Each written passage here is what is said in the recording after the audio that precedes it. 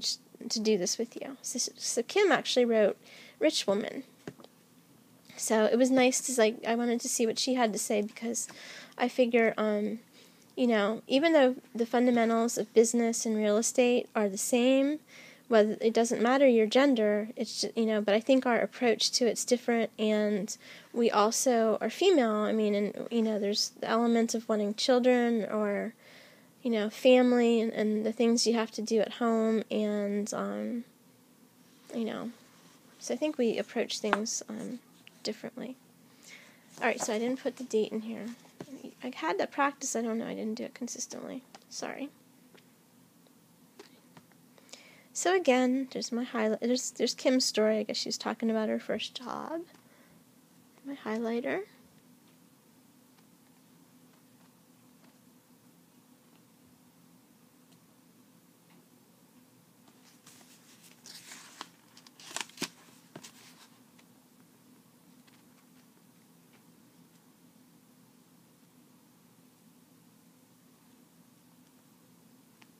She's talking about some of the personality characteristics of women that make us good investors.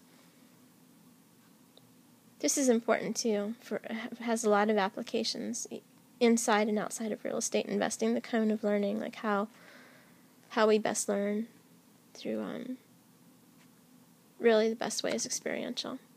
So there's Kim. And actually, at the time that I'm recording this, which is April 2014, Sharon Lechter just wrote a book. She works with the Napoleon Hill Foundation, and you know how that I'm sure most people who are entrepreneurial read Think and Grow Rich. It's a classic, and it talks about the mindset. But Sharon just wrote a book called Think and Grow Rich for Women. And, much like this book, is like a female perspective, and it's coming out of the Napoleon Hill Foundation. I pre-ordered it. I think it's going to be available on Amazon.com in June 2014. And I highly recommend it for any female entrepreneur, because, even if you're a go-getter, intelligent, savvy, strategic, female, we all have our, softer side, and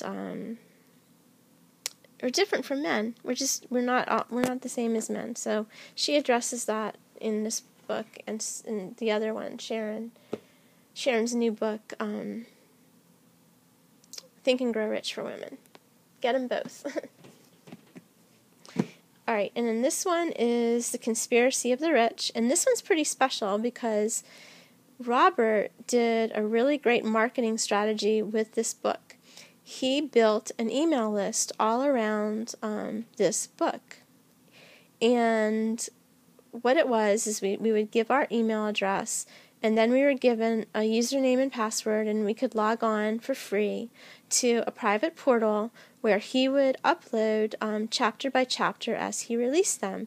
And we could read them. They were in PDF format, and there was a commenting system below all of this, so we could interact with Robert as well as like-minded people all across the planet who were in that membership group. And he really brought us in for feedback during product development. And it was a really unique experience. It was great for him as he built a list, a huge list, an email list, so he could, communicate with people on, his future products and services. And it was very interactive. He built a community, and it was really exciting. It was really exciting. So I was in there, and then of course, after it came out, I bought the physical book too. So, Conspiracy of the Rich. And when was this? Reading November 15th, 2009. So, yes.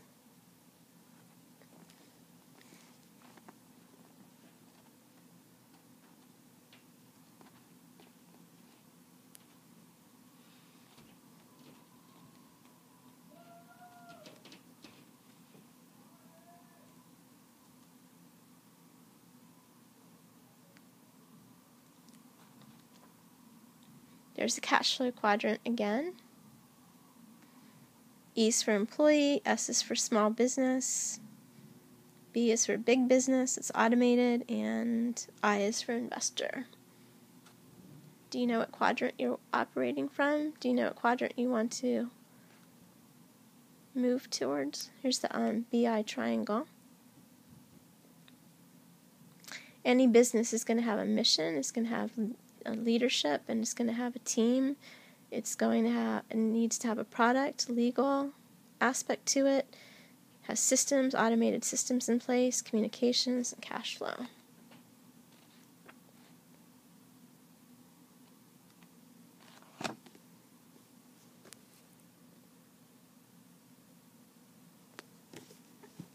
So, there's that one.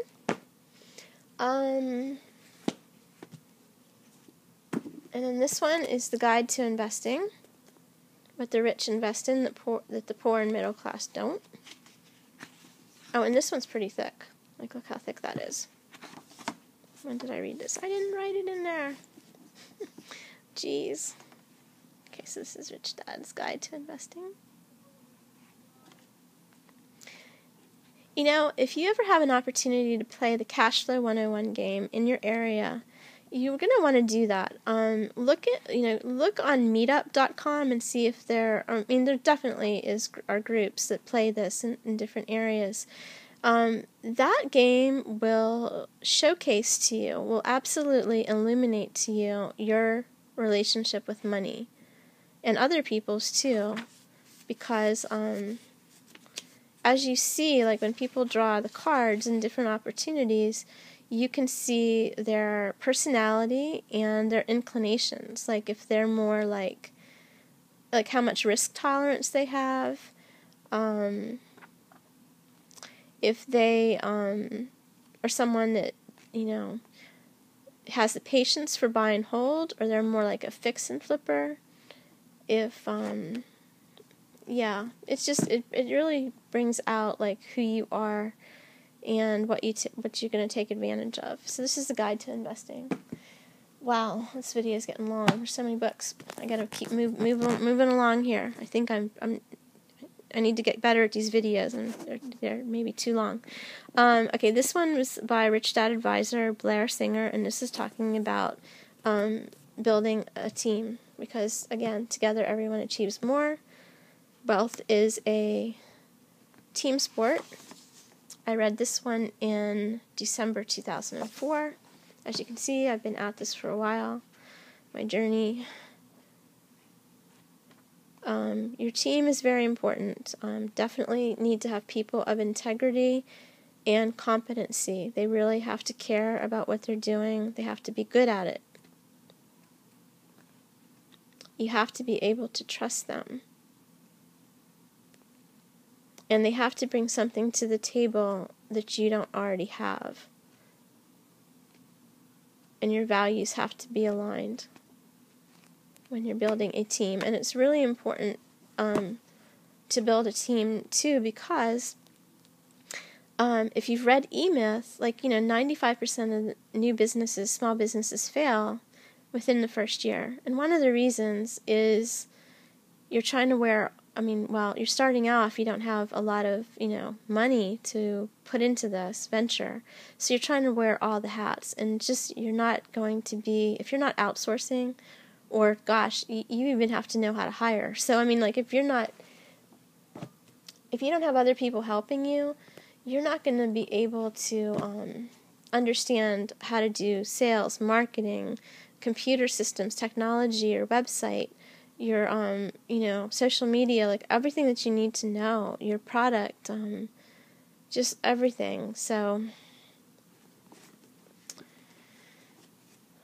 sooner than later, you need to build a team and find out what other people's competencies are, and if, their character, and if you can bring them on. Okay, this one is Unfair Advantage. Oh, this is about, schools. You'll never learn about money in schools. Well, we know that, because they're trying to teach you to be an employee. This one I began reading on April 2nd, 2011. And again, highlighting and writing in the margins.